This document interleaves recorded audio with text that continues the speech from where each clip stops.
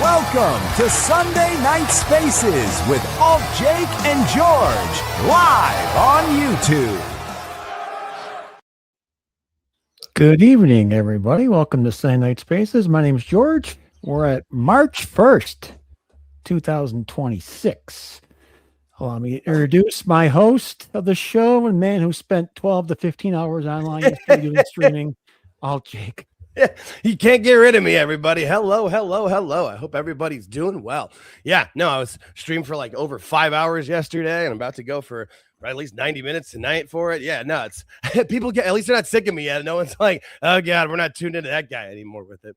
And it was fun though. I had a good time. Thanks to everybody who came and hung out yesterday, even though there were a couple of technical glitches. But Dr. Gina, we had Wrestling Old Head, Awful Wrestling, my Toonie Talk partner in crime. That was a lot of fun. That was a good time. That was a good show too overall, which yeah, it was fun.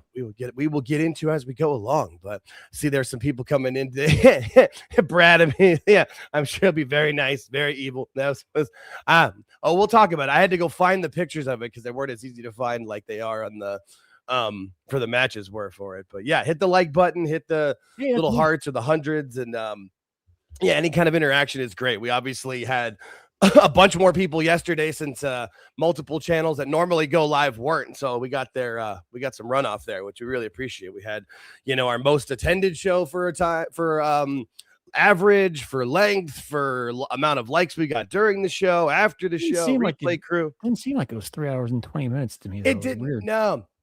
When the main event started and I looked and we'd been going for, it was over 2 hours. I didn't feel that way with it, but that's what I love about a good watch party. That's why I don't call it a watch along. Because I'm not trying to break down all the different moves or different spots or whatever parts of it. It's more of just like the old days when, for those of us who can remember and are old enough to remember, and for anybody who wants to look back at it, or for the kids that didn't get to do it back then, before the WWE network came around, kids, you had to pay upwards of 50. Yeah, the regular pay-per-views were $29.99, right? And then WrestleMania was always like $49.99. No, they were more than that.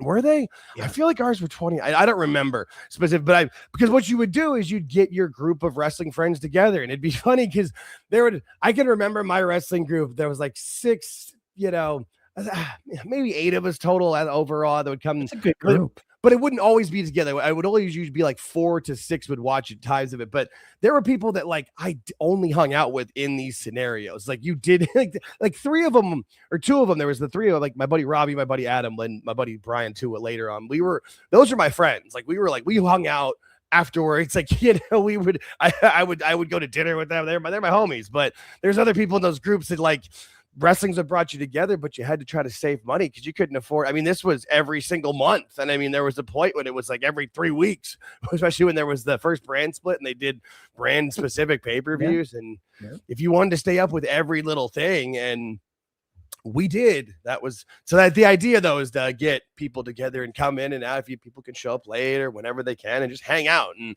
the only part of it that's a little rough is that we're not all on the same time window because it's the internet now, and so some people were ahead, some people were behind, some things were changing at different points. Yeah, we just had a small group of 4 or 5 of us. We go over to the same guy's house. We could have gone to his or mine because we both had the cards. Right. So he had the machine for the cards, so we go to his house. And it was just 4 or 5 of us at a time, order food, same thing. Good times. Right. Yeah. Somebody gets some pizzas, somebody gets some beer, whatever with it they can. Yeah. And just being able to hang out and enjoying the show. You're not sitting there nitpicking it and trying to give it, trying to break down, is it going to be a 3-star match or a 5? No, you're just here to watch it and have fun and enjoy the experience of wrestling for it. And I feel like sometimes on each other, ribbing. Yeah. Right. But crack some jokes. Yeah.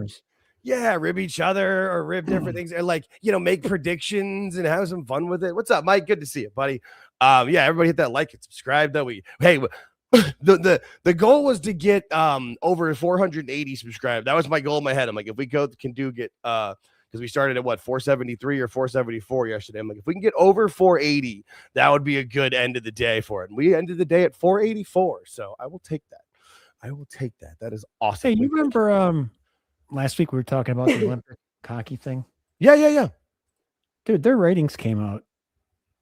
Remember, I think I told you I wasn't sure it'd be that good because it was 8 o'clock Eastern. They did 20.7 million people with a peak of 26 million. I'm not surprised, man. That's That was, I mean, amazing. people will get behind that kind of stuff. They'll really, I mean, for the Olympics for it, and then the national pride with it, and then something, no matter what's going on in the world anymore, there's always bad news stories because the news channels, even if there is good stuff going on, they're going to focus on the negatives, just like a lot of the wrestling channels that are just always going to be, all right, what are we bitching about today? So something that people can get behind and enjoy. And then sports is always that's the one thing that's held on to actual live ratings, that you have to watch it live, because it's not, you can't just wait. It's going to get spoiled for you in today's age. And it's that one, because I mean, back in the day, I mean, what was it, when was it the Seinfeld finale? Yeah, it was the night that Frank Sinatra died, and there was nobody on the roads or whatever, so they were able. The hospital was able. They got there, but they couldn't save with it. But they would have a better chance because it was L.A.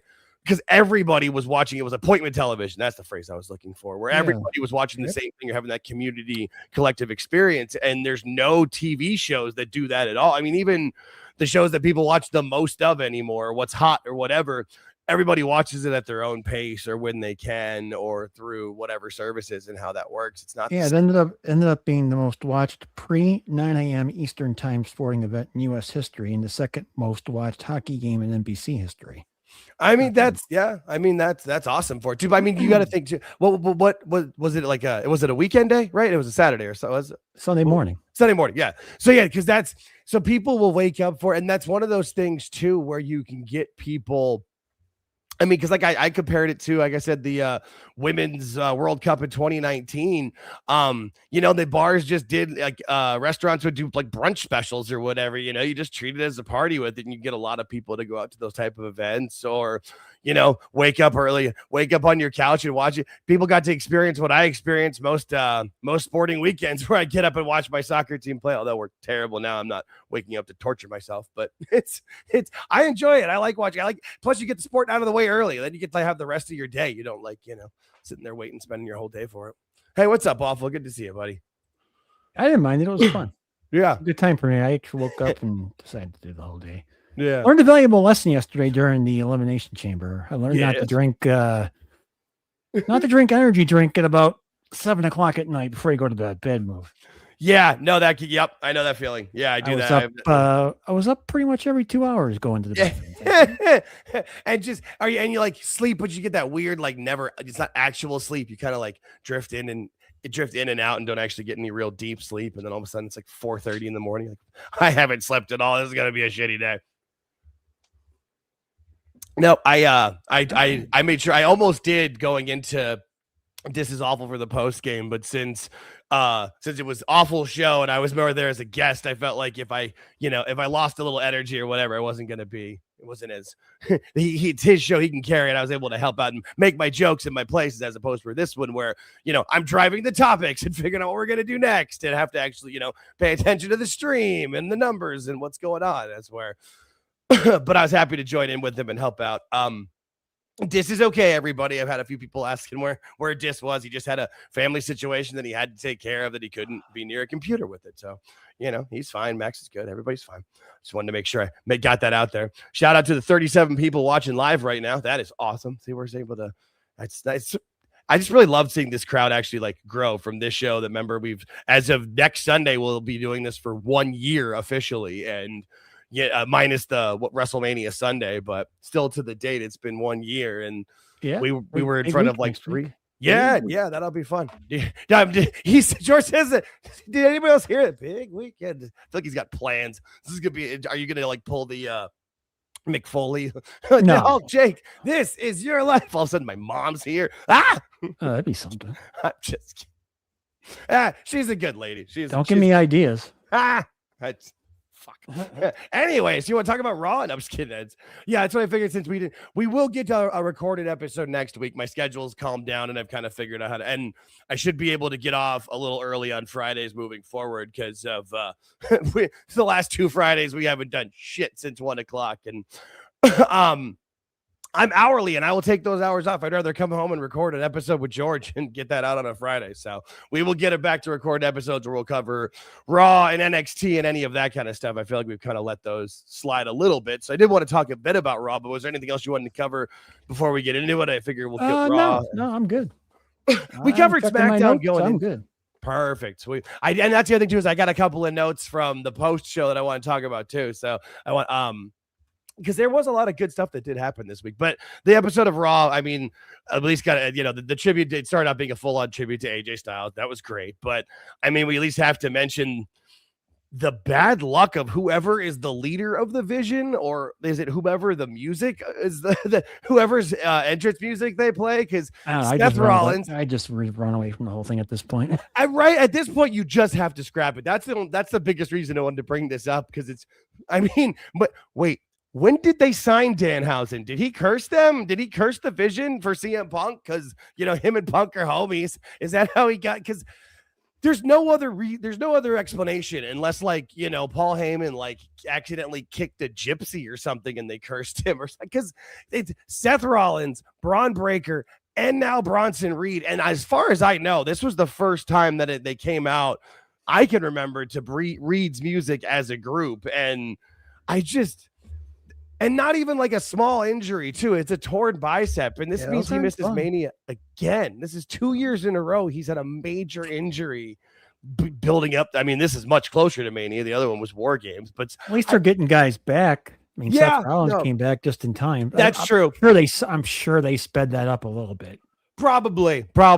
And that's why he's probably only done a few different, he's doing super kicks and the stomp, nothing anywhere near the shoulder. He's not lifted a thing.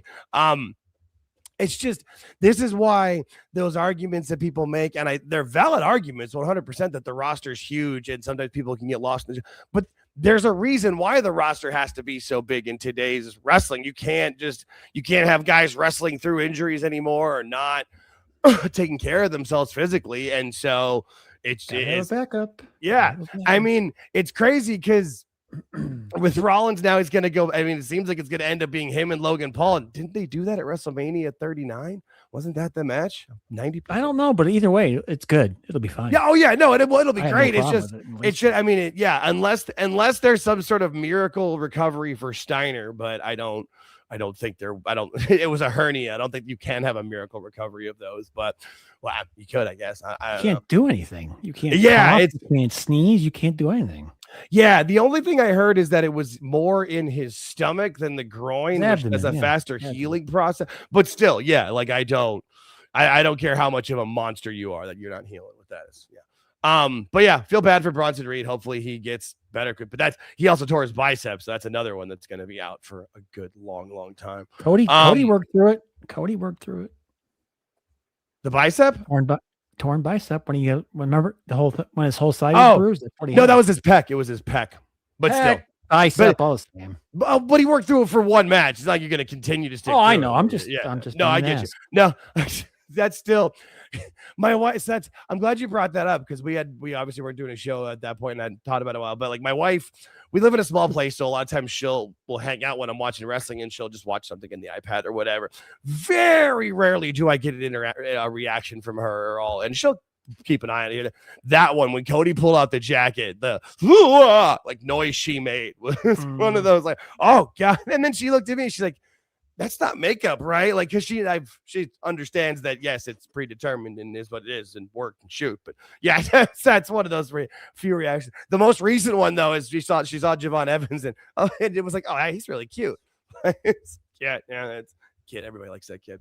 Another big thing for Raw was Liv Morgan making her selection. I thought that was, it was obvious, but they were able to put some heat on this, which didn't expect it to have with the way it was kind of initially set up. So that's kind of exciting. I'm like, it's a pretty easy selection to figure out, I thought. Oh no, for sure. But just being able to actually have some heat behind it. I like how I like this picture too, where Stephanie's a worker, man. She's willing to take it. She's leading into it.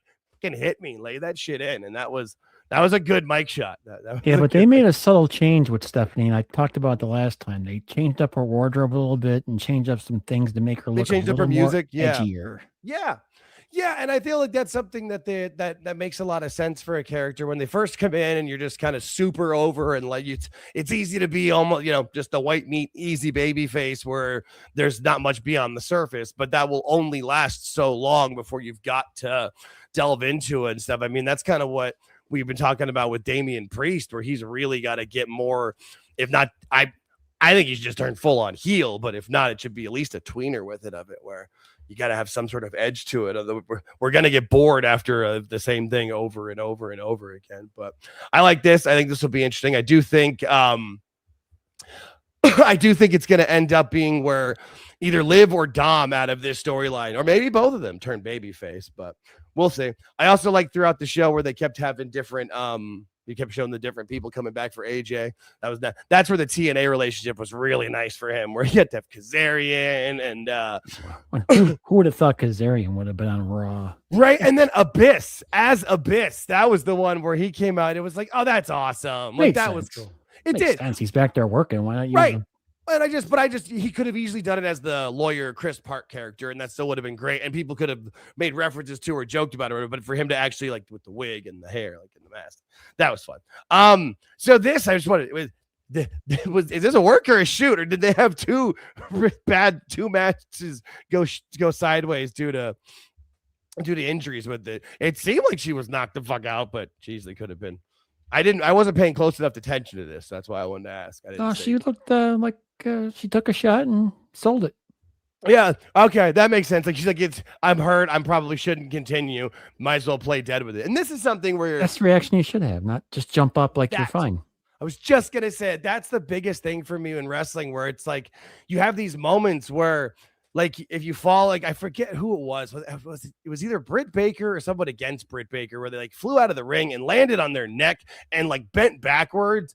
And like, they got up because they were excited that they felt that they were okay. But it was like, but you got to use that to your advantage, especially, and they weren't going to win the match or whatever. That's like, a tough thought to have real quick. I get that. But that's tough fair. to take real fast. Yeah, I agree. And you're excited. You're excited that you can get up. You're right. You're right about that. You're like, woo! I didn't actually break my neck. All right, cool. Right. There is something to be said for that. I'm like, whoa! All right, we are not dead. Like I can move my arms. But it happens sometimes with it, and I know. Like you'll see older school guys like Cornette or whoever, they'll point it out and that it should happen every time. And I'm not sure about that, but there's definitely other times where it should. And if that's what this is, got to give more praise, like we were praising yesterday for Becky Lynch, of how she's able to get the greener talent over and get them to improve. Like, say what you want about how Lyra Valkyria hasn't really gotten over with it, but her wrestling's usually really good. She knows she's doing the ring, and like we'll talk about it when we get to the AJ Lee Becky match with it. But clearly Becky is like the ring general, the locker room leader on Raw. That's for sure. Yeah, the only reason I say she sold it well is because Natty's there. Natty's not going to hurt anybody. So correct. That's not. That's a very valid point. I just didn't know if she like maybe had slipped or whatever, but yeah, no, it's a very valid point. Natty is as safe as they come. So who do we think is going to answer the Brock Open Challenge? I like this. I like how Heyman set this up. It's like for years there was the main event, but then there was the Taker match, and a lot of times that was more important than the main event or whatever with it. Brock broke the streak, so now it's the Brock match. That was a phenomenal way to set that up. Like, that was great. And then we have this, 6-7 weeks of intrigue of like, who's going to answer it? I mean, you got some clear options. I know that Gunther had been removed from the building up after this, so that's an easy one of why he didn't answer it then. Because that's the other thing, too, is people are like, oh, it could be Oba Femi. Like, that'd be great, but wasn't Oba in the building? Like, why did he come out and answer it in the moment then if it was going to be him, I would think. But I don't know. I'm excited by this, though. Brock having a Mania match versus somebody, and also Brock's a smart guy. He knows he only has, 2, maybe 3 Manias left. I could see him easily giving Saudi his retirement match, and he getting him getting his own giant Saudi paycheck from that and buying the other half of Saskatchewan. And very unusual that they put his schedule up on the TV for us all to see. I thought that was right. I've never seen him do that before with him. It's like it's scheduled his dates. I'm like, that's never happened before. No, you're right about that. No, and you mentioned that. And it wasn't like it was a small amount for his for what you've got going up to WrestleMania, right? I mean, like That was a good chunk, at least 10. right? probably. I'm trying to see if I can pull it up quickly enough of it. But yeah, no, that was They that showed was, it. Okay, well, that's cool. Good yeah, for all them. right. So here you go. March 16th in San Antonio is the next one. So That's right before. 2 weeks from tomorrow, yeah. And then you got March 23rd in Boston, and then you got March 30th in New York City. He's just going straight up too. And then March 6th and March 13th. So he's not going to be on the next 2 Raws, and then he will be on every Monday Night Raw until WrestleMania. I knew it wasn't all of them. I just didn't realize it was. Yep. Well, that's cool. Okay. But shit, we're probably gonna get a Brock Raw match, which we never ever get. That'll Interesting that they got Heyman doing double duty with this. I was wondering if they were going to do it or not, and they did, which it's still working. It does, and I think if you're gonna have Brock be a heel, he's got to be with Heyman. You know, like it's just easier. Like, you know, I don't know. I don't know if like he can do the promos on his own as a heel, but it's more would just be the scary one, as where Heyman kind of can, like Heyman laid that all out. Like the way Heyman laid that out of used to be under, and Brock could have given that same point across. How many people like him though in the audience? Most of them do like him. I mean, yeah, it's either like him or you're just like you're excited to see him. You know, I'm always impressed when he comes out. I like his swagger nowadays. It's more fun than it used to be. Yeah, he you're comes right. out, he's smiling, having a good time, making fun of himself for falling, shit like that. Yeah, he's more of a guy. He used to be all business with it. No, I mean, it's one of those things that when you see him in person, I remember I talk about it all the time with our, especially yesterday. I went to SummerSlam 2003, and the Elimination Chamber was the main event. The other big match on that card was Brock Lesnar versus Kurt Angle. Holy shit! But Brock is just one of those. He's just a different monster in person. Like there's just not somebody who looks and moves that way. So even he's bigger now than he used to be, right? But and he moves at that speed. Like so, even if he is like the super uber mega heel, like you're excited to see him. You're like, hey, we're wrestling fans. We want to see cool wrestling stuff. Like you see Brock, you're like, what's he gonna do? You know what I mean? Like there's. It's like seeing a grizzly bear. Like you're a little afraid of it. You probably wouldn't want to, you're not going to cheer for it killing somebody, but you're not going to not watch it. I don't know. He'd be an interesting person to meet somewhere, like at a meet and greet or something when he retires. If he ever did that, he would never do it. But somebody I'd pay to go see. I think he might in the right circumstances. You know what I mean? Like in Canada, next to his house. And like maybe for maybe military or something where he's giving back on some level with it, but yeah, probably have to be pretty close to his place. And then you had the future meets the I guess the present meets the past or whatever. Javon versus Kofi. This was fun. I was looking for the best picture of this match because I wanted to grab like one picture from each of them, and I saw this and I was like, holy shit. Like look at Kofi's face. Even he's like, damn son. This was cool though. The way they set this up with it, having Javon going against Kofi was, I mean, that's just easy to make it work. Works very well. I was excited for that. Gets all hyped, don't he? Yeah, it is seriously just a touch. Yeah, no, it's fun to watch this kid. Like it's been fun the whole time since we were watching NXT with it, but it's cool that doesn't seem like the stage is too big for him, and obviously he was going to beat Kofi. And then the show ended with the AJ retirement speech, which it had to. This was one of those ones where like I use the cliche like 10 out of 10, no notes. This was perfect. Like this was the perfect AJ Styles retirement. Like it was just such a well done retirement. It reminded me a lot of Shawn Michaels in what was it, 2010 here in Phoenix. Actually, I was at the show. But this one was even almost better than that because it was able to have that stuff from TNA. Was cool to incorporate for all of us that remember watching it at TNA. So I just hope other wrestlers took note of this. This is how you want to do it. Yeah, that's a good point. That's a good point. Take notes of this. This was great. This was awesome. This was good.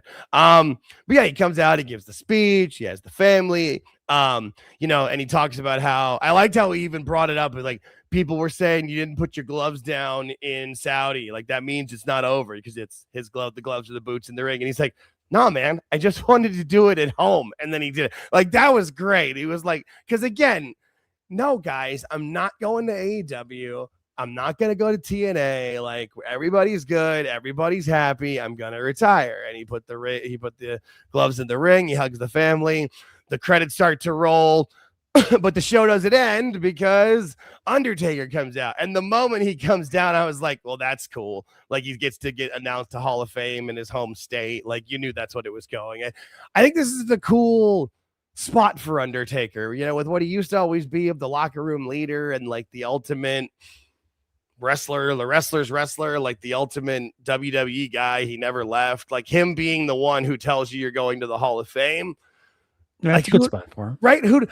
Who has more respect from everybody, whether people like him or not or whatever? Everybody respects him with it. I don't know.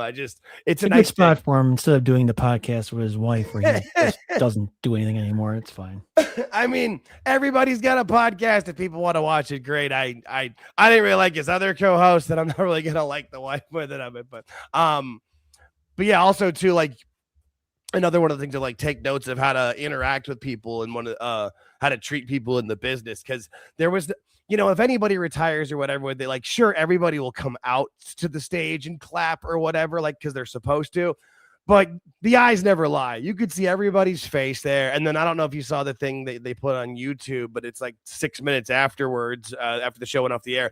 And it's just him giving everybody hugs. And you could just see everybody genuinely being happy for him and like appreciating and loving the guy, and all the younger talent thanking him. Like, there's not much a better way to carry yourself than AJ Styles did. And, you know, good for him. He's going into the Hall of Fame where he belongs. I don't think he's like the headliner of the show, but he easily could be, depending on who else they bring into it. Yeah, they'll announce more as we get closer. Oh yeah, right. Because it's Stephanie and him right now, and we're gonna get to that point where they're gonna be more and more with it. But it was cool that the family, like, clearly they didn't know, like, this was a double surprise. I just like this shot because his daughter's face, like, she is genuinely like, whoa, that's cool. Like, that's a great moment for him. And good for AJ Styles, man. It couldn't happen to a better guy. There's not many people that I like better in the business. You know, it's like I've always said, I never would have watched TNA from as early as I did and for as long as I did without AJ Styles. So, but that was cool. It's a good way to end the show. Made sense. Yeah. As soon as Undertaker comes out now, you pretty much know what's coming. So that's pretty nice. Right. And that was kind of I liked that too, where it's like, okay, that is a great spot for him. I do want to see Undertaker show up at Demolition's house and make sure they get in sometime, because I'm waiting for that. I like how Demolition lived together in this scenario. Yeah. That's good. Yeah, that's great. No. As long as they're living a little better than that one picture of was it Greg Valentine and Brutus Beefcake where they're shirtless on the couch. Oh, sorry, I just had no, that was good. That was good stuff. Looks like we got some more people in the chat there. We got Old Head showing up there for good to have everybody here. Awful still hanging out in the chat. That's cool. Nice. Yeah. Mike Glass, he knows. It's good to see everybody hanging out. That's fun. I haven't been paying too much attention to the chat right now because I wanted to make sure we actually covered as much of that we had to, since we didn't give them the recorded podcast. But might as well get to NXT really quick. Can we all agree that the Dark State experience is just done? Like, they've tried. It's just not.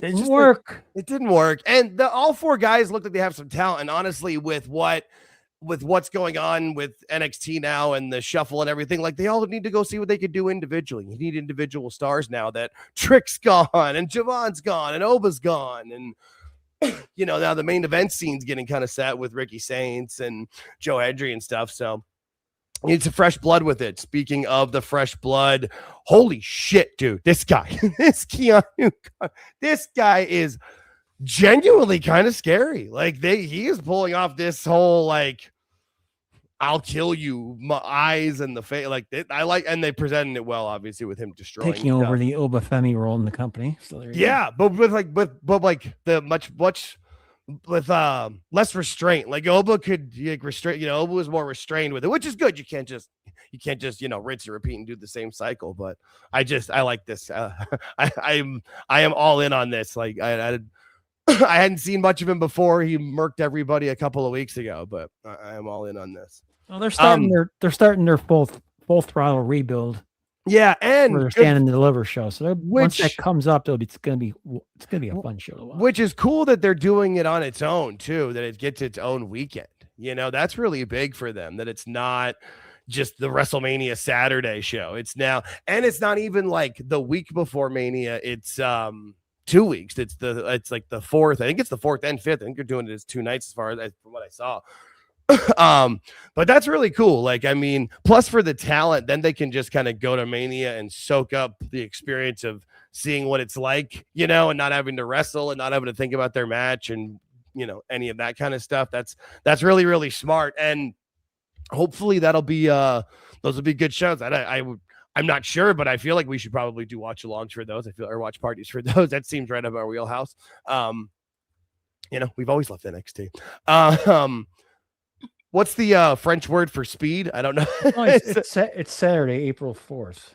Oh, it's just the one? Perfect. Yes. Then even better. Then we'll definitely do that. That's just one.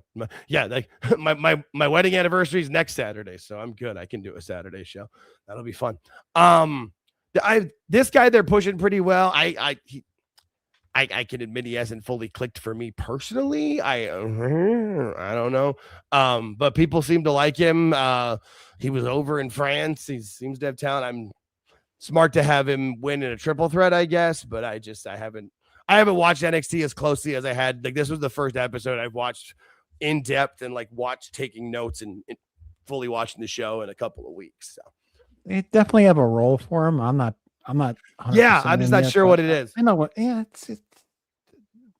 I do think it was smart to get the speed title off of Jasper Troy, and they'll get him to go be in the regular mix.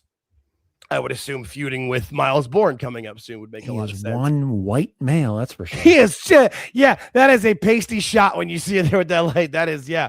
They guess he didn't get a lot of tan there in Paris. I like the NXT Chronicle thing with Joe Hendry. This was good. They did the 2-part segment here. I thought this was good.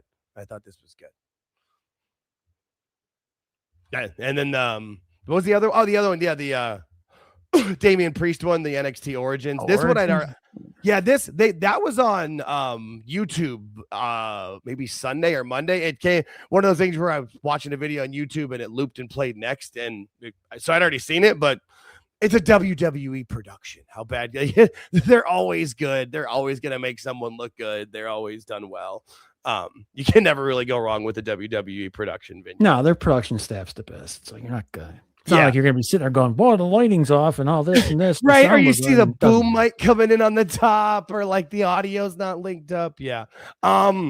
But then, I mean, the entire basic reason that I wanted to cover NXT today was that, you know, you're setting up for the Soul Ruca, Jacy, Jayne. Is Soul finally gonna? Nope, it finally happened, boys and girls. It finally happened. It's been coming for weeks, if not months, where Zarya was going to turn on Soul. And I did like that the last straw was that, you know, Soul got to go be in the Rumble and got the match against Jacy. No, screw you. I'm done. You're getting the F5, lose to Jacy. And then just for good measure, to make sure that we're on the same page here, I have fully turned heel against you and put her through the table. Jacy reacted like she just won the match at WrestleMania. Was awesome. That was great. I did it. Right. Yeah, that was very, very Kurt Angle back in the day. That was good. No, you're right. I forgot about that. She did. But this was great. Like, this makes a lot of sense. If I'm assuming that they'll have a Soul Zarya feud, but I could also see them not, and Soul just going straight up to the main roster and them resolving this later. But I'm not sure. But I was happy to see this finally kind of coming to fruition and happening. We've all known it's been coming, but we weren't really sure who was going to turn on who, which was a cool little they had going there for a while. Yeah, I did think that. I mean, I thought it would have been cool to do it for Soul because she, you know, like we've talked about how NXT gives people to work on heel and babyface, but she's such a great babyface and she's so over and she's getting over with main roster eyes. Yeah, my idea is probably probably a little bit too safe and stupid. You just gotta you can't not push. It's not stupid at all. We always like to see. Yeah, no, I just mean like, but in the sense of the help. Yeah, but and she'll do it eventually. I'm just saying she's so over that it would harm her more than it would help her career with it, because clearly she's talented enough, and I think I she'll don't be. think so. I think it would have been cool to see her turn on Zarya. Yeah. It would have been fine for me. Oh yeah, no, I agree. I just think that for the casuals and the main roster audience, because she's going to be main roster bound. Either she's having a feud with Zarya, then she goes up, or she's just going up after this, like, you know, when she comes back from this quote unquote injury angle. But we'll see. Yeah, this is what. Yeah, thank you, LK. Yeah, this is why I like our audience. LK8181. She had been heelish, and there was a couple of times there when I first brought up her, I'm like, I can see if they push this further with it, and they didn't, which is fine. Oh god, say this. Mary's with us too, and Mary, one of our normal replay crew audience. I got people here live for sure. I like that. I thought it would have been cool, but you know, I said Timu El Generico for LaFleur and whiter than Sheamus. That's tough to top. It is, but when you're in Sheamus skin color, that's yeah, when the comparison's being made, you're already in trouble, and that's but it's I mean, that's you didn't get a lot of sun there. We're at 26 likes here for a Sunday night Nice. spaces, so that's always well. I like to see at least 30 for Sunday if we can. I was just gonna say 30 would be a nice number to hit as a. We could try to shoot for that as our norm, our new average and new norm. We keep trying to move those up. Speaking of moving up, Miles Borne. I have been on this kid's bandwagon for a long time. And when he started a feud with Ethan Page, I told you then on one of our shows, I was like, this is perfect for this kid. Because as we've talked about a million times, this is the best thing for Ethan Page, taking a young talent who's ready to learn and get better and have a feud with them. And all of a sudden, look how over they are. If you need examples, see Trick Williams, Javon Evans, Ricky Saints, but mostly just Trick and Javon. He had long feuds with both of them. He and Trick had like a rap battle videos back and forth, and he broke Javon's jaw at another point. Like, he had long feuds with both of them, and both of them only got insanely better with them and were in the main event of the PLE before WrestleMania. Ethan Page is so perfect in this role. I mean, if he wants to go to the main roster and it's his desire, then go. Sure, he would do okay up there. That's just it. He'd do okay. Right. But if he's making the right amount of money here and he's happy with what he's doing here, and he takes this pathway, stay on NXT doing this, and then just move right into one of those. I mean, maybe Matt Bloom's not going to be head coach forever. I feel like Ethan Page, head coach of NXT, just because this still got to keep going. He's still got to work with Miles Borne a little bit. Miles Borne, oh yeah, no, for sure. Miles Borne's not ready to hold this title yet. Oh no. Well, and that's why too. It was just, what do we talk about with a lot of feuds, whether it's AEW or sometimes WWE, where they go right to the third style of match right away. They're having no DQ matches or ladder matches in the first match. This was a regular wrestling match that they had, giving them room to move back and forth. Yeah, I would assume that Ethan Page probably wins the title back from him at one point, and then Borne wins it back at the end of it, or however they're going to go with the feud. But I was just happy to see this is a good main event standing to deliver. Ooh, that's a right. If they build it up right, which they will. Yeah, I would think. I think the main event of Stand and Deliver will be this. Joe Hendry I should have rephrased that. Not the main event, but right. The main but event. Yeah, no, you're right. Like one of the marquee matches. Maybe you lead the show off with it, or it's in the penultimate match. One of the marquee big matches with it. But yeah, you had Ricky Saints trying to get involved with this. Joe Hendry stopping him. But Miles got the big win. And if you guys were watching Toonie Talk Live, I keep NXT on, but I have it muted when I'm on the show. But I was watching this one pretty closely, and I popped. You hear me go yes! I love the kid. I do. I think he's funny. I think he's intelligent. I think he uses his disability to his advantage, and he's got a lot of talent, and couldn't be happy for the kid. I'm not into the Ricky Saints NXT run at all. It hasn't really been great. I'm surprised by it. It really has not. It was okay at the beginning, and then the beginning of the heel turn, I was getting into it, but it just, I've been disappointed. I defended him for the longest time, but I'm just not as. Maybe we'll see what happens with Joe Hendry with it. Maybe it'll be good or better with it, but I don't know. I don't know. I know Awful Wrestling has not been a big fan of Ricky Saints, and I think that he's got validity to it.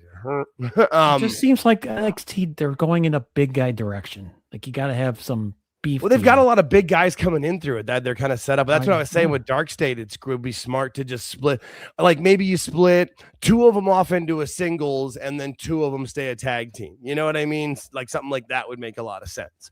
Because you need bigger guys with it when you've got some of these beasts like Jasper Troy and Shiloh Hill and Keanu Carver. Like those are not small boys.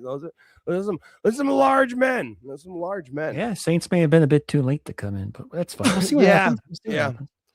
Yeah. No, I'm with you. So just to kind of get all the plugs in here, we AltJake Takes On YouTube channel. We are here every Sunday night, 8:05 p.m. Eastern Standard Time for our Sunday Night Spaces discussion and review show. Also, we are back every Thursday night at 9:30 p.m. Eastern for our AEW Dynamite review. For the folks that haven't tuned into that yet or don't watch AEW, you don't have to watch AEW to tune into us. We'll give you everything that happens. We'll tell you every segment, how they presented them, what was good, what was bad, what was funny. We'll watch the show so you don't have to. We keep you informed so that if you get into an expat with one of those sickos, you can come back with it. No, your show did this and you did that. Don't, because they'll always say, well, but WWE, and trust us, AEW is worse. As boring as WWE can be at times, or as safe as it can be, it's watchable and entertaining.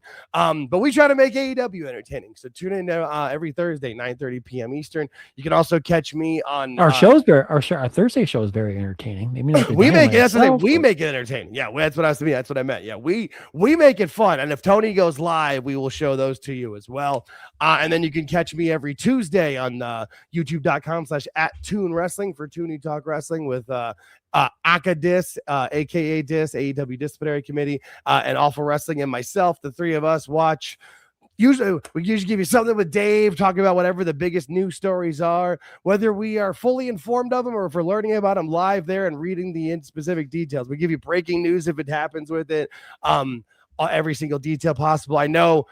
I figure this week we're probably going to talk a good amount about the WBD no longer going to Netflix and now going to Paramount deal. But tune in every Tuesday at 8 p.m. Eastern Standard Time. Those are the 3 live shows that I am a part of each week and the 2 that are on this channel. And then, like I was saying earlier, we'll do a recorded podcast. We usually get that out on Fridays. I usually try to post that right towards the end of SmackDown to keep the wrestling going, where we give you the Monday Night Raw and NXT and anything else reviews. I think that's the plugs. With that new rating system they got, people that get really screwed on this is NXT. The new rating system, it seems to be. Yeah, because it's not broadcast TV. It's just like it's not your broadcast station. So CW doesn't really count. It count. They do ratings, but it doesn't count with the new way. Because they went from 744 down to 6 something. I was like, what the hell? And it's so confusing. Yeah, no, and that's one of the things that I heard. I forget where I heard it of, and it was one of those things where like I heard it on I was watching like regular mainstream news, not like wrestling news, and they were talking about the Nielsen ratings with it, and what caught my ear was that they specifically mentioned that the biggest changes were in.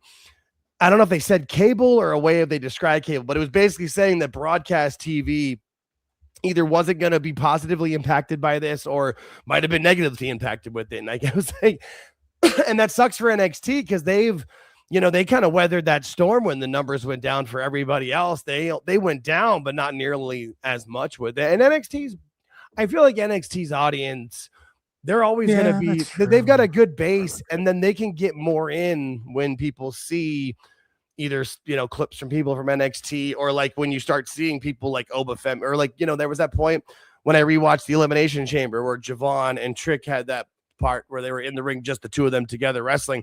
Cole made sure to mention they had different battles back in NXT. And I also forgot that CW was the main station, so they probably carried the State of the Union address. I kind of forgot about that. Yeah, they are. Yeah, they are a public, or they are a broadcast regular channel with it.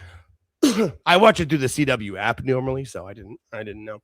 But yeah, no, we'll get into the Elimination Chamber pay-per-view, or PLE. Started with the Women's Chamber, which 7 o'clock Eastern. Starts 7 o'clock, which was interesting to us. That was well, and as we figured out during the show, that there was a UFC pay-per-view that night, and so there's that corporate synergy with the flywheel and whatever the robust whatever other buzzword that Nick Khan uses and makes millions with every time he talks. But it made a lot of sense, and honestly worked out great for us because we were able to watch the show and not have to be up super late. And that was the only way I made it through all of the This Is Awful post show, because we went for almost 3.5 hours, and I basically like made a frozen pizza and salad with my wife and ate and jumped onto that show with it. If that had been like an hour or two later, I would have been done for. Like, there's no way I would have had the energy to do that with it. So they timed it out good. Yeah, no, for sure. And speaking of good, Kiana James, man, this was her, like debutante ball / coming out party, like whatever you want to call it.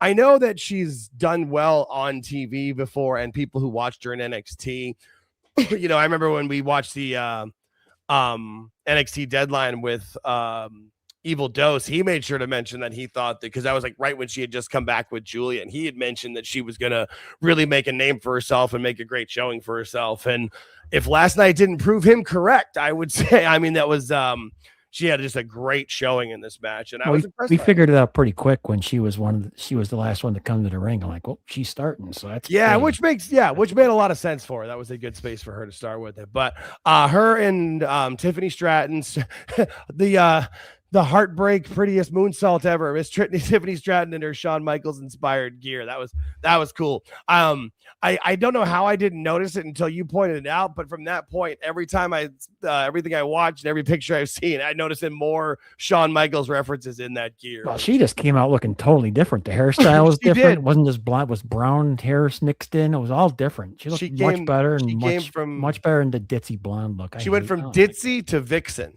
That was the change that she made, and that's back to what you're saying about, a character needing an edge, like what you said 15 minutes ago, you mentioned that, maybe less. Like, this is exactly what she needed. She was at the point, it was January last year when she won the title from Nia, and she had a good title reign. People liked her, and people still like her. There's just a point where you've got to evolve. Yeah. You can only take so much of the, I don't know, how are you doing? I don't know what's going on. And she's getting at that point too, where she's not like, she's still, new to the business, but she's starting to be a pretty seasoned veteran in here. She's been on the main roster for, since 2024. She did well in NXT. She's been in prominent matches. She's proving herself to the company, and then with some of the hits she takes in this match, seems to get a bloody nose somewhere. But she's obviously willing to take moves too. Rhea just throwing her into Asuka. Good for Tiffany. She's a tough girl, and I feel like that's one of those things of where, as she's gotten more into the business, she's obviously adapted to it and clung to it and embraced the business more. That she's reasons why you have the NIL talents, because you would not expect gymnasts to be this hard-nosed with it, but she was taking some good stuff in this one. Hard-nosed, like what you did there. Hey-oh, I didn't even mean to, but that's good. Had the Alexa off the pod spot, where I like this picture where Kiana was like, yeah, you guys got her. I'm back here. She's small. She wasn't going to come back here. I kind of wish they'd stop doing this.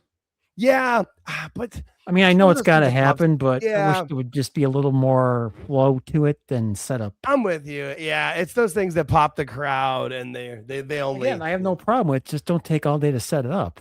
That's fair. That's fair.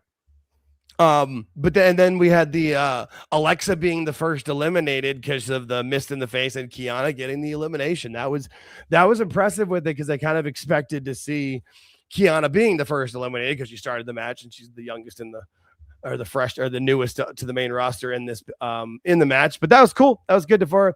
And then she did take the giant move from Raquel through the glass. That was set up nice. When we were watching it, I saw the camera shot switched to the lower camera, and right when it switched, I told you guys, I'm like, here it comes. Yeah, you're like, oh shit, they moved that camera for the right reason, and I was like 3 seconds ahead of you, and literally you're like, oh shit, they set it, and like as you said it, they're doing it. I'm like, yeah, they did.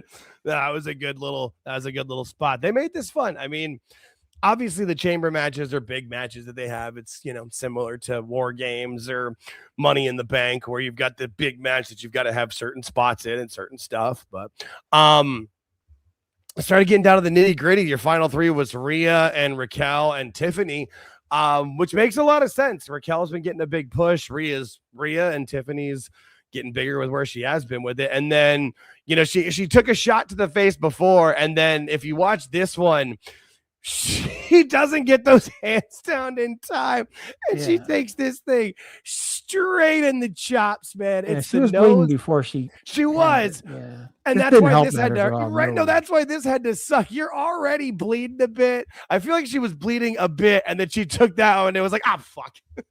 Like if you watch that replay, she just.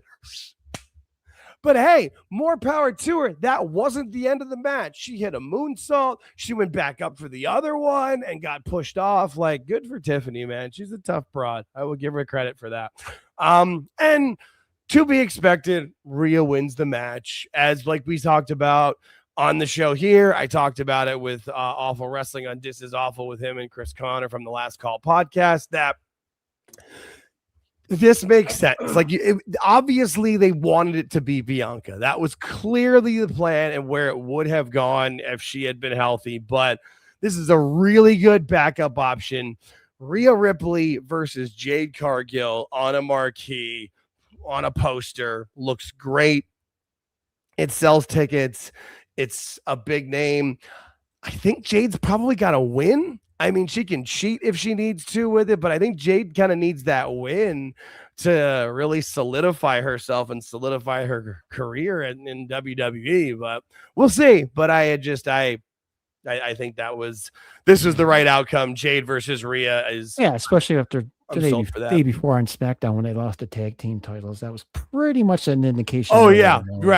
Nope, you're right. And my pick beforehand was Raquel because they still held the titles, and then once they lost them, I'm like, well. And what I was saying was that Rhea was gonna win here anyway, and then the next match they were having until they announced it was, you know what I mean? Like I thought maybe that was how Io was gonna get mad about it, and maybe they could have turned her heel, but obviously they were never gonna do that part of it. This made the most sense. Win-win for all involved. Rhea Ripley versus Jade Cargill. I'm signed up for that. Plus, too, like we were also talking about, and Awful said it too, was, you know, starting literally today, any chance they have, either in the ring before the show, go to Natty's Dungeon, go to the PC, practice this match. Like, have this shit down like Randy Savage and Ricky Steamboat. We're like, what's move 123? You know what I mean? We're like, because you want to make Jade look her absolute best in this, because that's only going to help make her Rhea. look like a robot either. Right. No, you do. But that's when you keep working through it. You know what I mean? Like, have coaching. You got 7 weeks to figure that out, and I think they will. I have faith in them, and we'll see where that goes. I'm excited for it. And then you had to go, I mean, making sense with it. You only had 4 matches on the card. You weren't going to have CM Punk go after this one with it. I'm sure he probably lobbied to do it because he does lobby for women's wrestling, and he probably lobbied for his wife, but come on. I did like that it was CM Punk and AJ Lee in Chicago facing Irish people with both Finn Balor and Becky Lynch. I thought that was funny. I know you guys mentioned it yesterday, but I didn't like the fact they announced her from St. Louis or New Jersey. Sorry. Yeah. I mean, they should have announced her from Chicago. Yeah. Yeah, she should have been like that. Should have been the first time she was announced from Chicago. I would have liked that. Yeah, you're right. But this match, like we talked about it live. I talked about it afterwards too, where this is why this match was with Becky Lynch. Like, AJ Lee has not had a singles match in WWE in over 10 years. She's had 2 PLE matches, but a tag match and War Games. You know, where you can kind of hide. There's other, like, this is her first real singles match in Chicago. This, you could see at the beginning, she was nervous, she was tight, she was freaking out a bit. And Becky, well, it's okay, walked her through it, gave her a little coaching, take some deep breaths, and have a good match. And you could see that, like, the first 2 to 5 minutes, little rough. After that, this was a very good match. This really was. Like, they hit their spots. Becky was selling. You could see it on her face. You could see very it. Nervous. You could see it in the face, and you could see when it changed. You could see it in the work. Like, body language speaks volumes. You could see it. Like, there's something doing. They're tight and it's loosened up. And again, after that, it became a really good match. And Becky taking off the turnbuckle pad, Jessica Carr getting involved. I still think that Jessica Carr and Becky are eventually going to have at least a match, if not a feud. But this was good. This was fun. But this is what it needed to be. It didn't go too long. I don't think it went more than like 10 minutes. So that was good too. Yeah, 5 minutes of it was referee being bumped. Oh yeah, because the referee didn't take multiple bumps. But there is a point. Again, like I said, I'm fine with the referee taking lots of bumps and being laid out forever. You got to have other referees then. That's you can't, if the referee can be knocked out for the rest of the show. I got no problem with that. You got to have another referee come running down that. You know what I mean? Like but it is what it is. But AJ got the W. Duh. Like that's where that had to be. Yeah, no, I don't see any way that could have been anything else. I mean, she's going to hold it short term, I would think. Yeah, I would think till Mania, and it goes, and I think the title goes on to like somebody else and goes in another direction. Like Becky doesn't get it back. Depends who goes after. We'll find out. That's true. Yeah. Are they on tomorrow or are they on SmackDown? I always forget where they are. They're on tomorrow because Punk. Okay. Punk. Yeah. So they'll figure out tomorrow who's going to challenge her, I would imagine. So we'll see. I would think we'll see where that goes. Yeah, you're probably right. And then you had the World Heavyweight title match of CM Punk versus another Chicagoan versus an Irishman. But this was good of where it needed to be on that sense of it. Obviously, you weren't gonna have a pay-per-view match in the United Center, and they said it was like the first WWE TV match in that building because they usually do the Allstate Arena because it's newer. They had 19,400 and something for this thing. That's amazing. Yeah. That is. Oh, and I think the other thing, too, is because there's a hockey team and a basketball team that play in the arena, it's hard to make a date that works, I think, too. See, they said it was the first time they had a show in the United Center that was televised for WWE, and over in 32 years, Cole said at the beginning of the show. That's crazy. But yeah, I mean, what was the number when we looked it up? Was it 18,000? Like 200? It was 18 something before. Yeah, it was 18 and low change. The and then ended up being 19.4. I'm like, oh, that's a hell of a walk up, man. But I mean, that's what I told you I've done for the last couple of wrestling shows that have been here. Like, wait till the day of. How's the setup? What's the price? Like, all right, you twisted my arm, I'll go. Like it's a little easier to go in that sense, that last minute. It's not quite the walk up, but it's the same kind of idea. Plus, they count everybody, so it doesn't matter. Oh yeah, no, yeah, you got to count. Yeah, count them all. Hey, heads, bodies in the building. I do have to shout it out. Last night when he went on, not only Punk's Blackhawks gear, but that jacket, man. For anybody who's had a pet that they've loved as much as Punk loved Larry, to lose him is the worst thing ever. And to be able to put that on the jacket like that, like that's like if you were able to like send that to the company with a picture of your pet and get that back, I might do that, even though I'm not from Chicago. Like that's how cool that was to me with Punk on it. And they mentioned it after in the post show too, but that was cool. And his I love the the Alan Parsons Project song for the old Bulls entrance. That was cool. That was fun. And they even had the actual PA announcer, Ray, whatever his name is, like Ray Cray or Ray something like that, was the way it was from Chicago, Illinois. That was cool. That was cool to hear that come out. I didn't realize that was what happening live. I just saw him coming out. I knew they were doing something, but I didn't have that. I had my headphones on and I missed that part of it live. So rewatching that was cool thing because it makes everybody think of the Chicago Bulls thing. Right. It does. It's one of the best entrances in the NBA at that time period. Oh yeah. And like every team stole it too, because the Phoenix Suns absolutely did it too, with the same song and the same way it was done with Charles Barkley and Kevin John. I mean, they absolutely did it too. And I know a lot of teams did, because why wouldn't you? Now, what's funny is where that song goes after that part, after the and it turns into like Eye in the Sky, because it's freaking prog rock. it's so funny that like that was the coolest thing ever. And then I remember hearing like the rest of that song because my mom had the album, like the actual physical vinyl. And I remember like because that was what 92, 93 when I first heard that. That's big funny. Alan Parsons Project fan. I liked them a lot.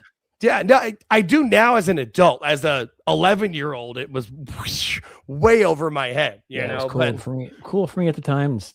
Yeah. But yeah, this was a good match. I know this match apparently wasn't for everybody. I don't understand that. They're like, oh, it was slow. I like a slow paced match from time to time. This works. This made sense. Nothing was egregious. They kept it mostly in the ring. You didn't need 86 kickouts. I don't know. We watched it live and we enjoyed it. I like Punk's slower style that in this day and age with it. It made a lot of sense to me. The idea is to make it feel like it's a fight. And when you're in a fight and it goes longer than 2 minutes, you're tired and you don't go fast. You plot in your head and you plan moves, especially when you're in your 40s, or older. Like, we all can, no matter who you are, your cardio is going to get a little bit worse with it. So, I mean, I enjoyed that part of it. I like that Punk's matches, no matter when he was younger and was doing different like springboard moves, or now he's older and doing, like he's wrestling slower with it. Yeah, Mary, he did it. The coolest. It was the coolest entrance. And I know we mentioned I know we mentioned it yesterday during the show, but Punk has adapted the Bret Hart way of wrestling where it looks like he's gassed. Yes, he's not nowhere near gassed. You mentioned that yesterday. Yeah. Yeah, no, you did. And you're absolutely right. Like where he looks like he's tired. Bret was even good about having like he had like dried up saliva that looked like he was gassed. Like Bret was the best with it. Like it was awesome. Yeah. And Punk obviously has taken the cues from Bret Hart. Like, why wouldn't he? Oh yeah, it was good. He had a Bulls entrance and a Blackhawk and Blackhawks gear, like just to make sure you didn't know if he was full on from Chicago. Speaking of Bret Hart, he hits the sharpshooter too. It's pretty smooth. It was because and again, it wasn't like Drew had to hit 800 finishers. He hit the coup de grace once, didn't work. He goes for it the second time a little later in the match, and Punk had a counter. Same with the GTS. Punk hit it twice. And the first time, Finn rolled right out the ring. Too close to the ropes. Yep. And Finn rolled right out. And Punk even knew he wasn't like, oh, why are you being a cheater? He was like, damn it, that was on me. Like, you know what I mean? Like he's like, nope, I missed that one. Was my fault. I did that wrong. I should have done, yeah. Which was another great little subtle wrestling thing of just, making it like seem like a competition, making it feel real. And then gets him back in the ring and he actually hits him. I like how in this shot too, you can see like the blood on his hand when he realized he was bleeding, when he was like, am I bleeding? Because one of those shots, I forget who said it. I don't know if it was you or somebody, because we started getting people into the show at this during here, and somebody was like, I think that shot might have hit Punk pretty good. And then the next thing we see, it's like, no, he's bleeding. And you can see it wasn't like it was bad. It wasn't like he broke his nose. Yeah, busted his lip. That was all. Busted his lip, little around the nose area. Yeah, just that's gonna happen. And again, it's wrestling. It's one of those. You can come out with a busted lip after a 10-minute match. You won. It's great for the business, like it's always good for that's where I was talking, like where my wife knows, like she understands what wrestling is. She's a big theater fan. She loves live theater. And I explained it wrestling in that terms of it. I'm like, it's a production with it. It's, they're trying not to hurt each other really, but you're not gonna like, you can't do these things without it actually hurting. Gravity's a real thing. And if you actually hit somebody in the face, just like in a movie, you'd rather it be real than not. And no, this was great. And then you had the Finn handshake afterwards, which really kind of solidifies where that's going with him turning babyface, it seems. And I would assume the Judgment Day just breaks up completely. I don't think there's a reason to keep them going and save it. I don't know. I keep thinking that, but they just keep using them. Right. I was just going to say, but we've said that before. So I don't know. But I think, and I said it last night, where I think Finn versus JD versus Dom makes a lot of sense. And I think the three of them would kind of love that as a way of saying goodbye to this group. Like this group has been great for all three of their careers for three different reasons. You know, they're great friends. I mean, honestly, like, and I don't like four ways, but maybe throw Priest into it too, because they were all great friends. I don't know.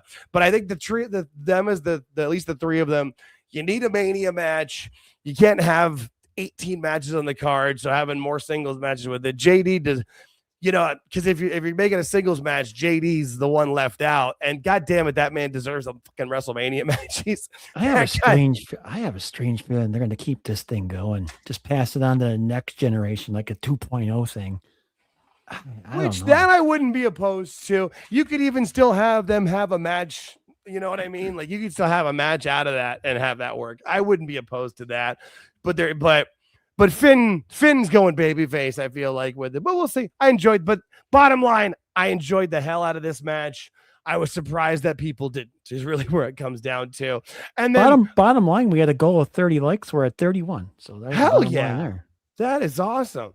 No, we've got 35 live viewers right now on YouTube, which, you know, I mean, live at the same time. I mean, that's not the we used to be excited if we got 30 views like after the video was posted for 5 days. Getting 35 live is just, my brain sometimes just Jake gets a little emotional about things sometimes with it. That's fucking cool, man. Yeah, and we're still inching ever closer. We are what, 16 or 15 subs away. Excuse me, 14 subscribers away from 500. So thank you. Yeah, we got people listening on X too, which is cool. We're total of 59, 60 people in and out. I'm glad X is back up. Wasn't it last week where we logged in and they were like, yes, X isn't working for us. It was the same thing today too. And was it? I didn't notice it today. It seems to be working okay. Well, and if you're watching on X, we love that too. But if you wouldn't mind, next time you're on YouTube, give us a subscribe. That would really help us out. All right, we got to get into the next moment of the show. I liked how they did have Pierce and Aldis opening this, and we talked about it last night where the only thing we liked. People were saying it was going to be Danhausen, and I was like, that doesn't make, I mean, the only reason it makes sense is because of Chicago, but it should have went through NXT if it was going to be Danhausen, blah, blah, blah. And then it opens up and it's the casket, and I forget who said it, but I was like, well, now I think it's Danhausen. I didn't at all, ever, until it was the coffin, and it opens up and the Ghoulhausens or Girlhausens or whatever Hausens come out and they start doing a little well, first you hear the "you are cursed," and that's where you hear probably like 500 to 1,000 people. The moment there, they cheer. Those are the people that are like the indie wrestling AEW fans. And then when he comes out, it probably goes up to, we said there was 19,000 people in there. I would say probably 3,000 to 5,000 cheer, or at least know of him or who he is, have seen him online.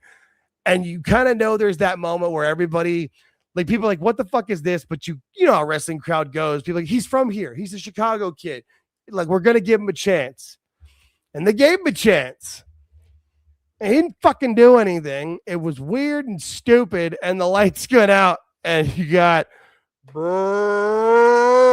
they gave him a chance. He gives Michael Cole teeth, dentures or whatever. Jar of teeth. It's his jar of teeth. Yeah, no, they booed by the end.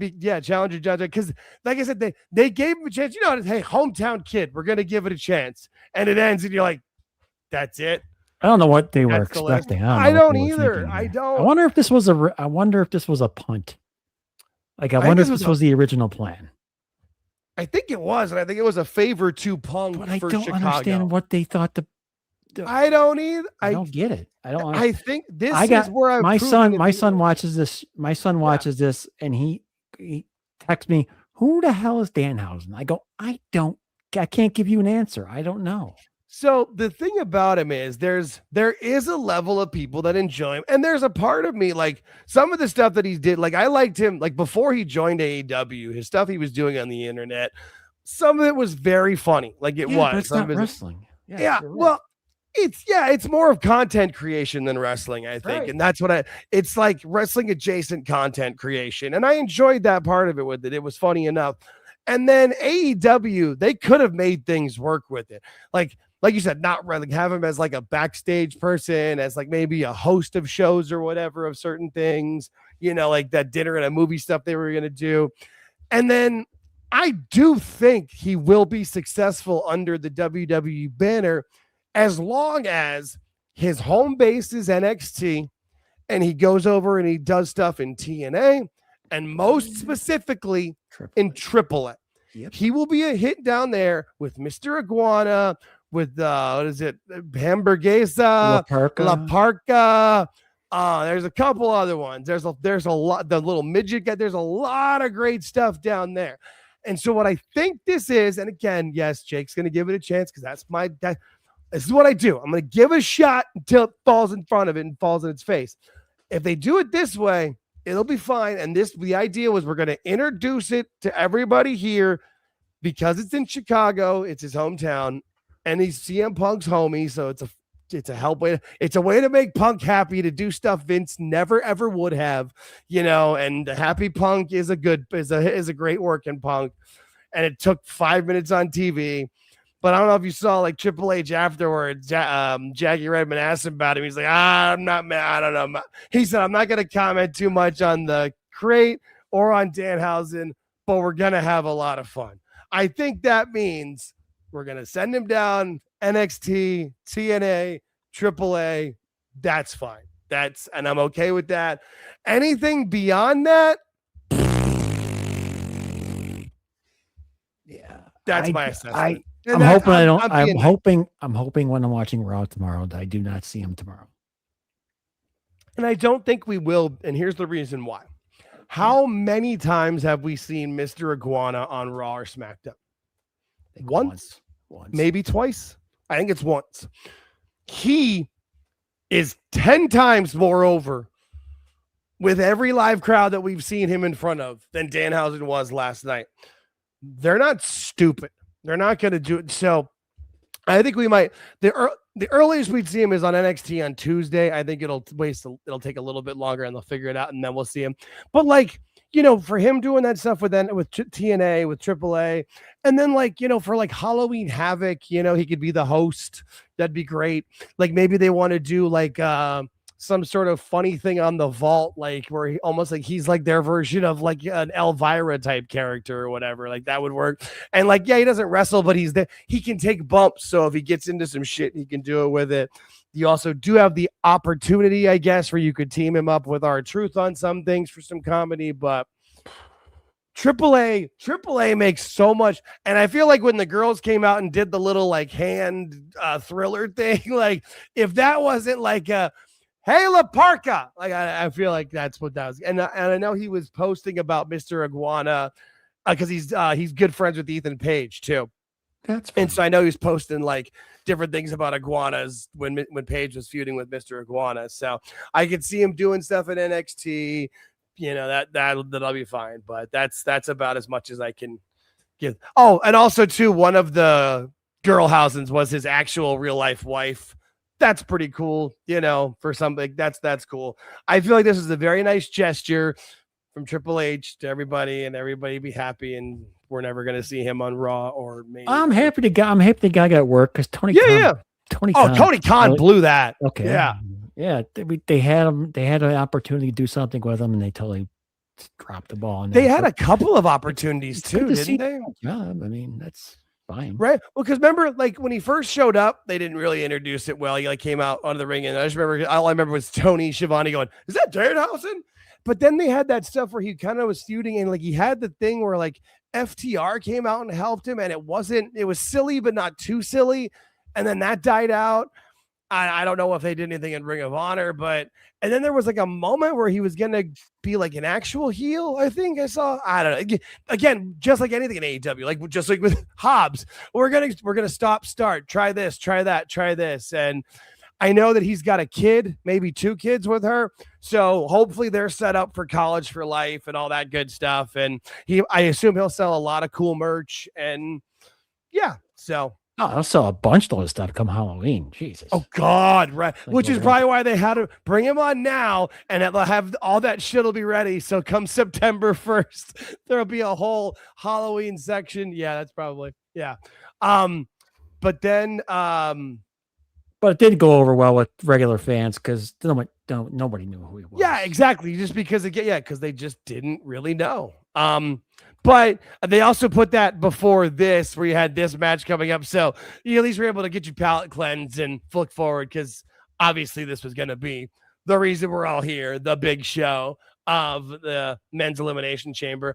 I loved seeing Trick come out and just jump on being the first one out. That little spinning platform they had for him. It's like Penta, where they're just figuring out little things to make that entrance just a little better and perfect. But I thought this was smart by him. Just get up here with them chanting for him and just look. I mean, is there any other word besides aura for that? I like to see a casual wardrobe switch shortly. The white stuff looks cool, but the black would look much better. Yeah, and I feel like the white and gold, it's cool, but there needs to be something else with it. You start mixing things around with it. And then smartly too, I think having Javon Evans start the match so he can get his nerves out, because obviously he's 21 years old. He's going to have nerves for days on it.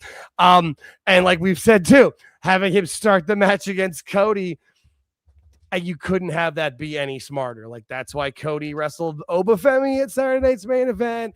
And that's why, Becky was wrestling AJ earlier. They know what they're doing. And Cody is an amazing coach and he literally, it's in his veins. Blood wrestling is his whole world. And so have Javon Evans, I'm sure he was nervous as hell. This is his first major PLE main event going into Mania, Elimination Chamber. He's wrestling. I mean, you got what? Randy Orton, Hall of Famer. Cody Rhodes, probably a Hall of Famer. Logan Paul, the most famous person on the show. That's a lot in front of him, and having him start with Cody. When you actually watch Cody and what he does and what he brings to the table, imagine the world if he would have just stayed in AEW. God, it's so. And Chris Connor mentioned that last night on This Is Awful on the post show, just how. Say what you want about anything the AEW has done, with, the brawl out or the brawl in or all these other stupid things they've done, and it's kind of like people talk about WCW, what's the death nail? Where is it? Where it is? Whatever. AEW's, it's so abundantly clear what it is. It is that moment of Cody leaving. Yeah. Cody leaving was just, I mean, I think, look at it from there. Yeah, he knows how to format TV. Yeah.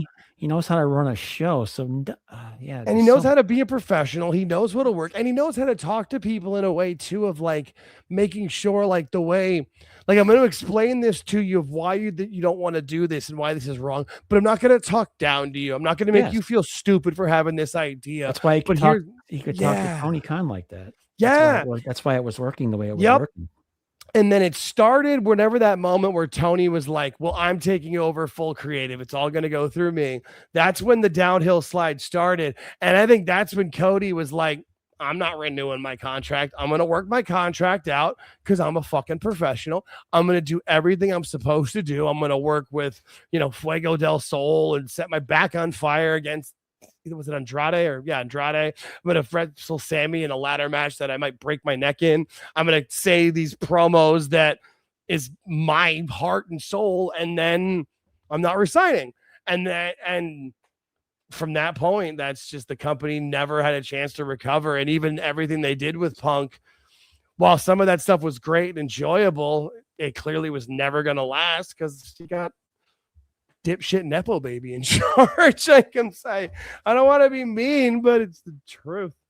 Yeah, but Cody, even if he was running the show, Tony all the way, Cody still got his point across. And yeah, you could tell. Yeah, oh yeah, because there was definitely watching the segments and stuff, you could tell he could get through to Tony. Oh no, yeah, and there was definitely more crap coming in, but Cody was filtering and blocking a lot more that would have came through. That literally from the moment he left, Punk tried too. They blocked as much as they could, and then just Oh, holy Lord. I just saw this.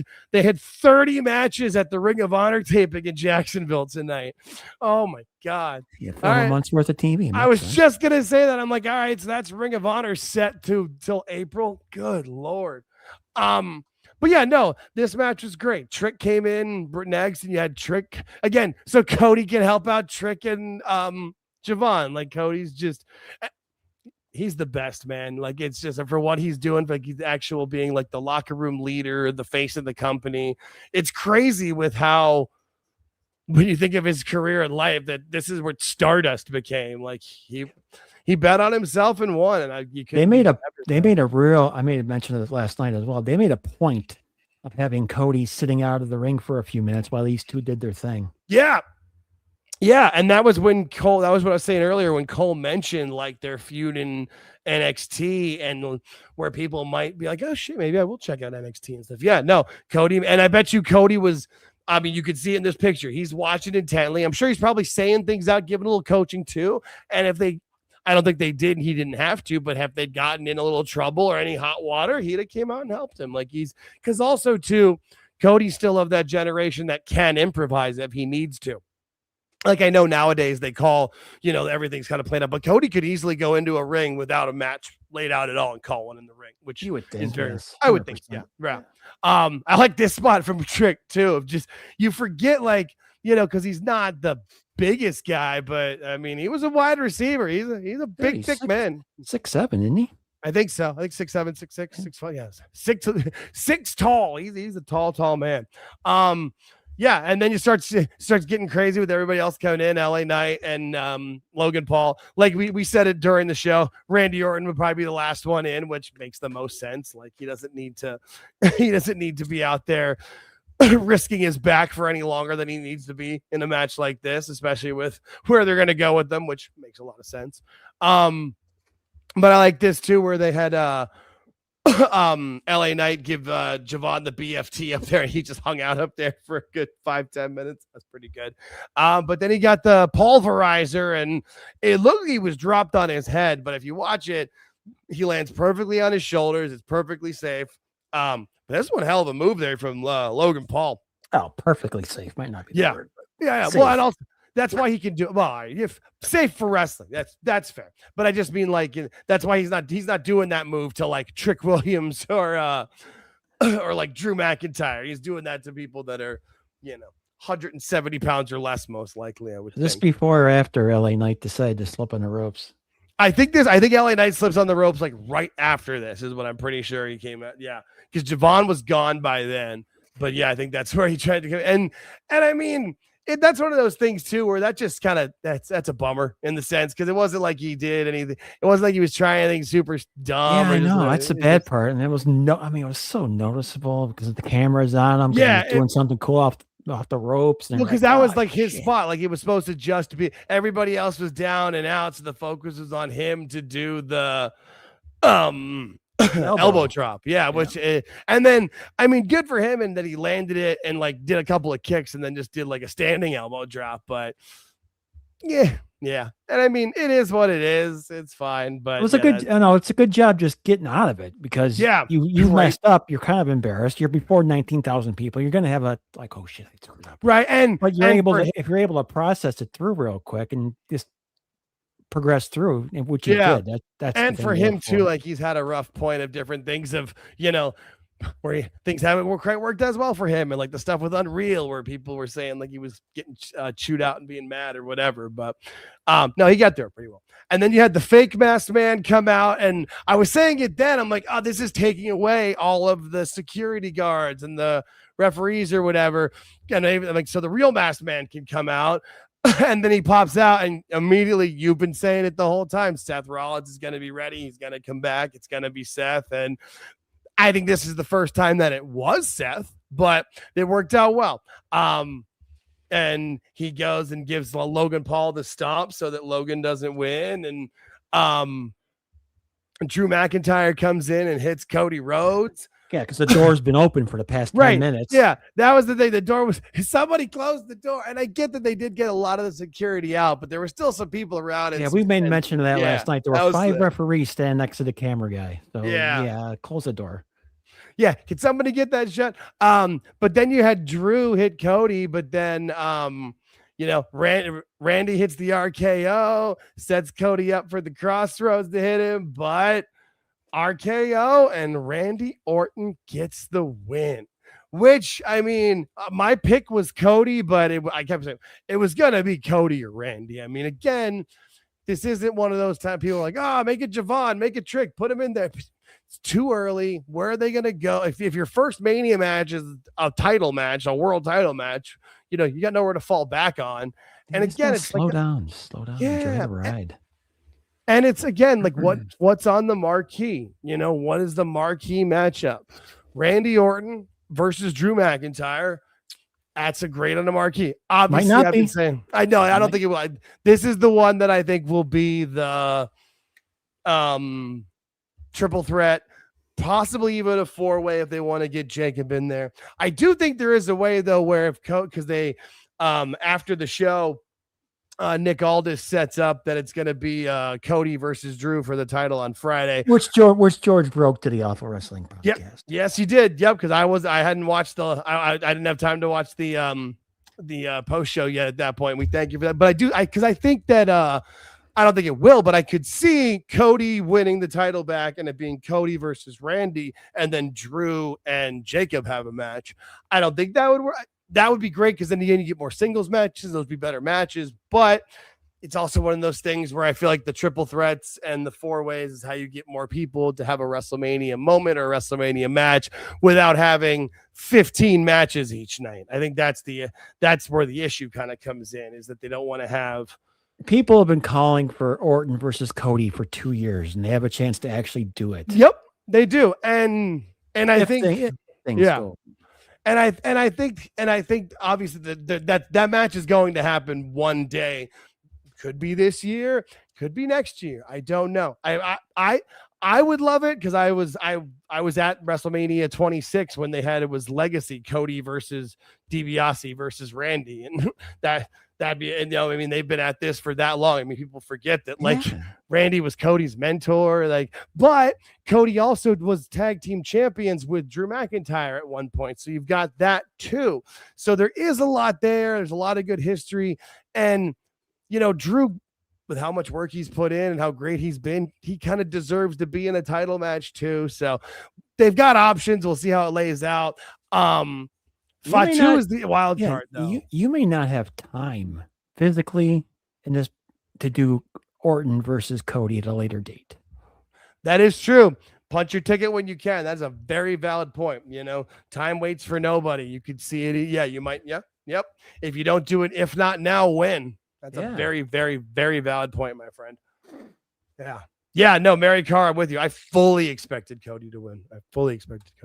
Yeah, no. So, and then the post show too. Thank you, Mike. That's what I was going to get into next. Where did you see where was it Jackie Redmond or Kathy? I think it was Jackie Redmond talking about how Cody didn't do the hangout with the fans and sign autographs. He just was dejected and walked out, and was kind of lost. That's where I keep saying those are the little seeds where you're planting for Cody to turn heel. You don't need to have it happen right away. If he takes on Randy, he doesn't need to turn heel before that. You can have them both be baby faces, beloved champion, long-term history guys. But that was one of those things that surprised me that they made sure to point that out. Clearly they want us to know that happened with Cody. So I just all this those seeds. Post game was awesome. Oh my God, he's great. Fired up all crazy. I was wow. Okay. Him and Pierce really have come into their own the last year. They're both doing really, really good work, which is why I would like to see them possibly wrestle each other. But and I mentioned the other thing I really wanted to make sure I said was Triple H talking about Danhausen, where you could see he's and that's why I think it's a favor to Punk, and they're gonna do the AAA stuff. Triple H is look, I'm being nice. I brought him here for this. I gave him 10 minutes, but he's gonna be down in Mexico or with Sean or in TNA. That's why he's we're gonna have a lot of fun. You guys stay over there. I don't even see him in TNA. Strictly NXT and AAA. I don't see a. I just. I don't. I mean, I'm not watching TNA, so I'm just gonna. Well, I just would I don't think like see if him. he's. I don't see him fitting in anywhere. Like you can't just insert a character like this. Yeah, you can have him doing something with Santino or something.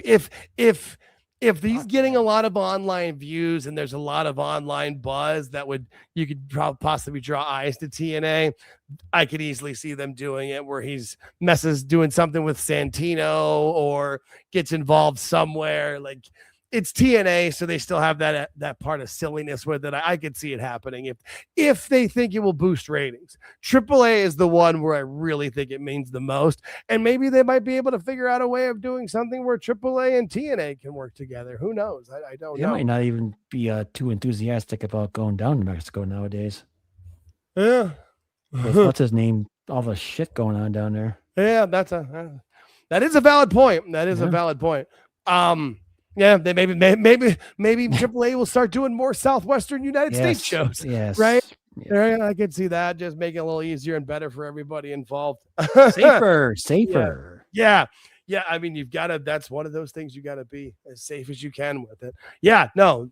Thank you, Mike Glass. Please hit the like and subscribe button. I'm not sure what we're at for likes on the show. I know we've 34. 34. All right, and we got another subscriber going in, so we're now 13 away from that goal of 500. Man, we're gonna be there by Mania, which is amazing because my birthday is in June. My hope was that we were at it like when we initially were starting. I was hoping to be at it by my birthday this coming year. So if we can get there by Mania, that's blowing away any. And I have worked on and figured out a decent contest. So nice. But I wanted to make it a way where it'd be fun for people out there and fun for me as well. So it's gonna be an old school contest. Nice. I like it. I also like this comment. El Grande Danhausen. Oh, that's funny.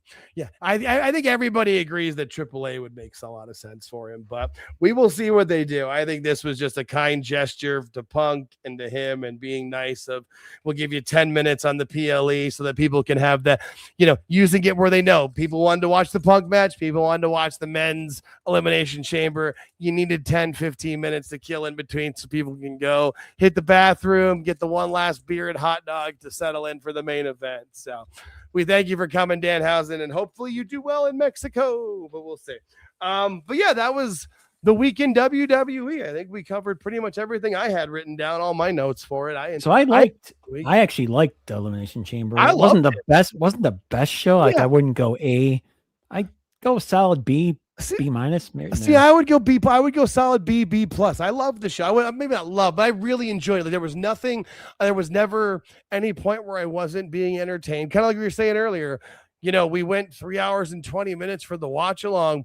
It never felt like it was dragging. I was never bored. I always kind of base how we do this on how often I look, or like usually the first time and how often I look at the clock.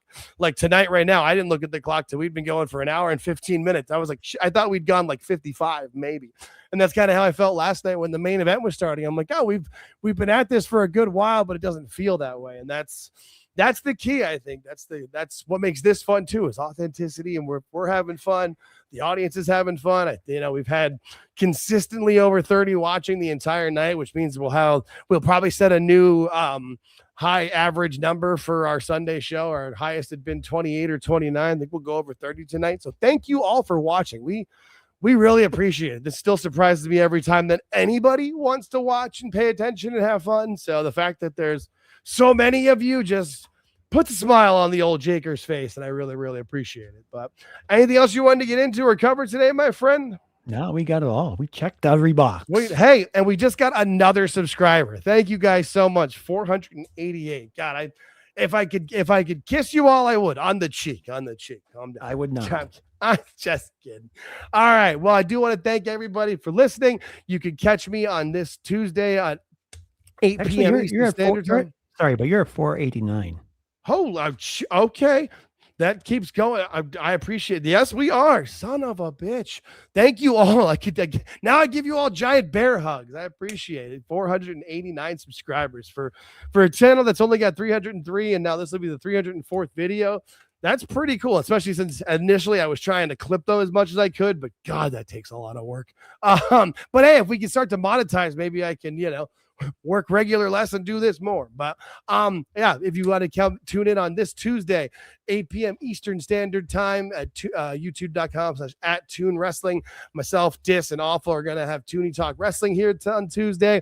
And then can I say something about that real quick if you don't mind? Yes, anytime. With the Tuesday show on Toonie Talk with Jake, Awful, and Dis, you get to see a little different side of Jake. Like here we are specifically here for a reason, and we do things our way. Jake stays in a lane here. Over there at Toonie Talk, he needs to go outside of our zone here. Like, we don't talk about Dave and dumb shit. I don't like that. That was one of the things I told Jake when we first started. I don't want to do it because others do it well. Right. And one of the channels that did it well was Toonie Talk. Right. I just happened to join them. Yeah.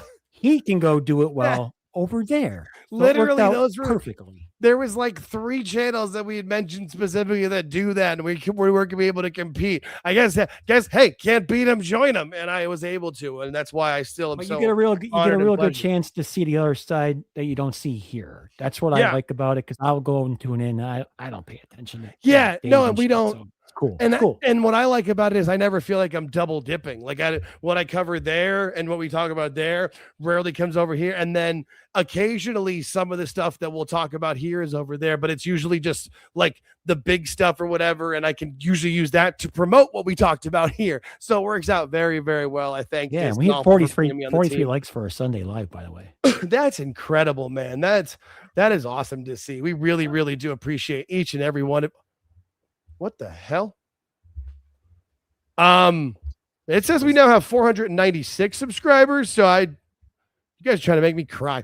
Anyway, wow. Okay. I'm not exactly sure what just happened there. YouTube's weird with that. I'm still at 489. Because it jumps up and down. It's done that before. It did it to me yesterday. So either way, we are working towards 500. I thank and appreciate each and every one of you guys. Seriously. We'll be back here on this channel this Thursday, 9:30 p.m. Eastern Standard Time for our AEW Dynamite review, where we watch the show so you don't have to. We'll give you all the details, good, bad, ugly. Let's be real, it's just bad, ugly, and worse at this point with AEW, but we have fun with it. So please continue to tune in, like, subscribe, all that great stuff. I just went to 496. I'm telling you, man, we appreciate you guys. The subscriptions help us out more than we can say. Love you guys. I'll see you guys on Tuesday on Toonie Talk. George and I'll be back here on Thursday. Peace, everybody. Thanks for watching AltJake and George live on Spaces. Tune in on Thursdays at 9:30 p.m. Eastern Time for AEW Live Review with AltJake and George.